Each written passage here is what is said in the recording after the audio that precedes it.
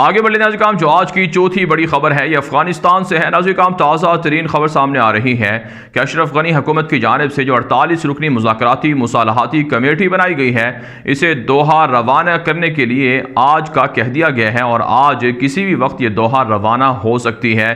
جبکہ کل خبر سامنے آئی تھی کہ ایک مرتبہ پھر دوحہ روانہ کرنے کے لیے اس ٹیم کو روک دیا گیا ہے، لیکن امریکہ کا پریشر اور طالبان کی دھمکیوں کے بعد کابل انتظامیہ پھر گھٹنے ٹیکنے پر مجبور ہوئی ہے، اور آج یا کل کہا جاتا ہے یا آج کسی بھی وقت دوحہ یہ ٹیم روانہ ہو جائے گی جو انٹر افغان مذاکرات کے راؤنڈ میں حصہ لے گی۔ اس کے علاوہ خبر یہ ہے کہ افغانستان کے اندر طالبان نے جو فلاحی کام ہے ان کا سلسلہ تیز کر دیا ہے۔ سیلاب سے متاثرہ علاقوں میں طالبان بڑے پیمانے پر لوگوں کی امداد کر رہے ہیں۔ طالبان ذرائع پر اس حوالے سے خبریں بھی سامنے آ رہی ہیں۔ طالبان ترجمان ذبیح اللہ مجاہد نے تفصیلات اس حوالے سے اپنے ٹویٹر اکاؤنٹ پر بھی شیئر کی ہیں، جبکہ رات گئے طالبان کی مختلف کارروائیوں میں کم از کم 9 اہلکاروں کو مار ڈالنے کا دعویٰ کیا ہے۔ 4 چیک پوسٹیں بھی طالبان نے فتح کرنے کا اعلان کیا ہے، اور تقریباً 5 کے قریب اہلکار بھی طالبان کے سامنے سرنڈر ہوئے ہیں۔ آگے بڑھے ناظرین کرام، جو آج کی 5ویں بڑی خبر ہے یہ پاکستان سے ہے۔ ناظرین کرام، پاکستان کی قومی اسمبلی کے اندر قائمہ کمیٹی کی جانب سے سود کے خاتمے کے لیے ایک نئی کمیٹی بنا دی گئی ہے، جس کی سربراہی پاکستان کے نامور عالم دین مولانا مفتی محمد تقی عثمانی کو سپرد کی گئی ہے۔ پاکستان کے اندر سودی نظام کے خلاف پہلے بھی بڑی کوششیں ہوتی رہی ہیں، اس بار بھی کوشش ہو رہی ہے، لیکن اسے سنجیدہ لینا چاہیے اور اسے منطقی انجام تک پہنچانا چاہیے۔ کہا جاتا ہے پاکستان کی اسٹیٹ بینک کے ساتھ وزارت خزانہ اور دیگر بڑے بڑے ادارے کام کریں گے جو سودی نظام کے خاتمے کے لیے متبادل اسلامی بینکنگ کے لیے جو بھی صورتحال ہوگی اس کو سامنے لائیں گے اور قانون سازی کی جائے گی۔ اس کے علاوہ ناظرین کرام، خبر یہ ہے کہ پاکستان کی کابینہ کی جانب سے دوہری شہریت رکھنے والے لوگ بھی اب الیکشن لڑ سکتے ہیں، جبکہ اس سے پہلے پابندی تھی کہ کسی کے پاس اگر کسی اور ملک کی نیشنلٹی یا شہریت ہوتی ہے تو وہ پاکستان کے اندر الیکشن نہیں لڑ سکتا ہے، لیکن اس سے پاکستان کی سلامتی داؤ پر لگے گی۔ اس لیے ضروری ہے کہ کابینہ کو، پارلیمنٹ کو اس طرح کی قانون سازی نہیں کرنی چاہیے۔ جبکہ کراچی کے اندر چونکہ صورتحال خراب ہے تو اس کے لیے پاکستان کے وزیر اعظم کی جانب سے اربوں روپے کے نئے بجٹ لانے کا ترقیاتی منصوبوں کا اعلان بھی آج متوقع بتایا جا رہا ہے۔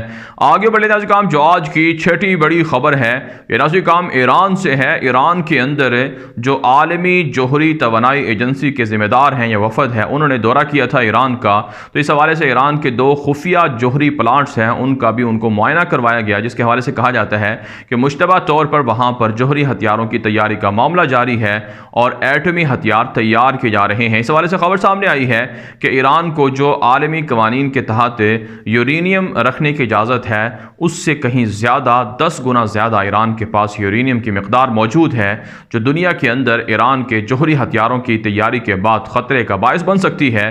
اس لیے مشرق وسطیٰ میں قیام امن کے لیے ضروری ہے کہ ایران پر زور ڈالا جائے کہ وہ یورینیم کی جو مقدار ہے اسے کم کرے اور کم سے کم جوہری جو پلانٹس ہیں ان کے اندر یورینیم کی افزودگی کا معاملے کو جاری رکھے۔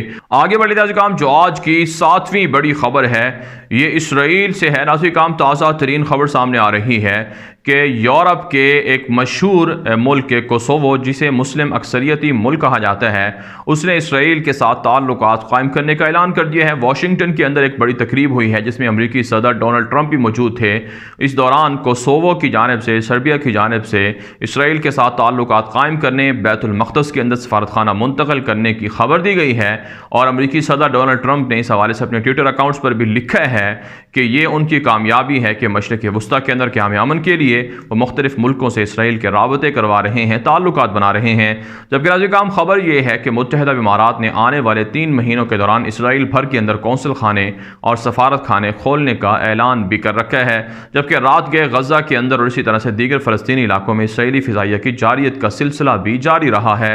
آگے بڑھے ناظرین کرام، جو آج کی 8ویں بڑی خبر ہے یہ یمن سے اور لیبیا سے ہے۔ ناظرین کرام، تازہ ترین خبر سامنے آ رہی ہے کہ یمن کے جنوب میں علیحدگی پسندوں کو متحدہ امارات سپورٹ کر رہا ہے، اور اطلاع سامنے آتی رہی ہیں کہ اسرائیل کے ساتھ مل کر UAE وہاں پر سفارت خانہ بنانا چاہتا ہے۔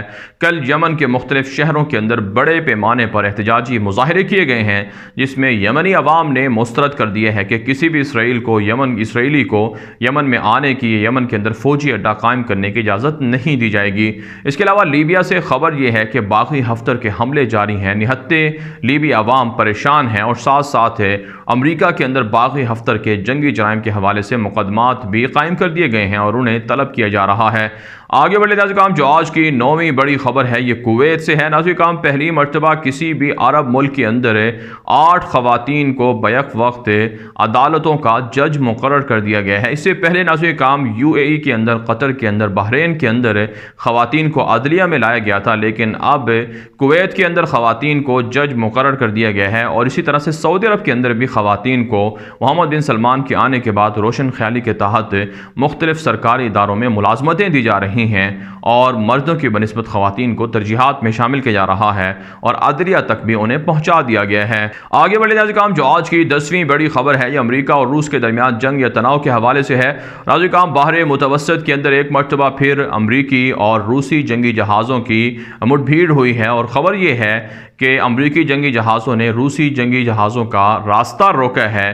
اس سے پہلے بھی مختلف مقامات پر امریکہ اور روس کے طیاروں کی آپس میں اسی طرح سے چپکلش ہوتی رہی ہے، ایک دوسرے کو گھیرتے رہے ہیں اور امریکہ کی جانب سے کہا گیا ہے کہ چونکہ شام کے اندر روس کے ساتھ امریکی فوجیوں کی جھڑپ ہوئی تھی، اس کا بدلہ لینے کے لیے وہ امریکہ کے جو مقامات ہیں ان کو ٹارگٹ کرنا چاہتا ہے۔ بہرحال ناظرین کرام، دنیا بھر کے اندر اب بھی یہ خطرہ موجود ہے کہ روس اور امریکہ سر جنگ کے اندر شریک ہیں اور ایک دوسرے پر حملہ کرنے یا ایک دنیا کے اندر ایک دوسرے پر ہتھیاروں کی سبقت کے لیے کوشاں بھی ہیں۔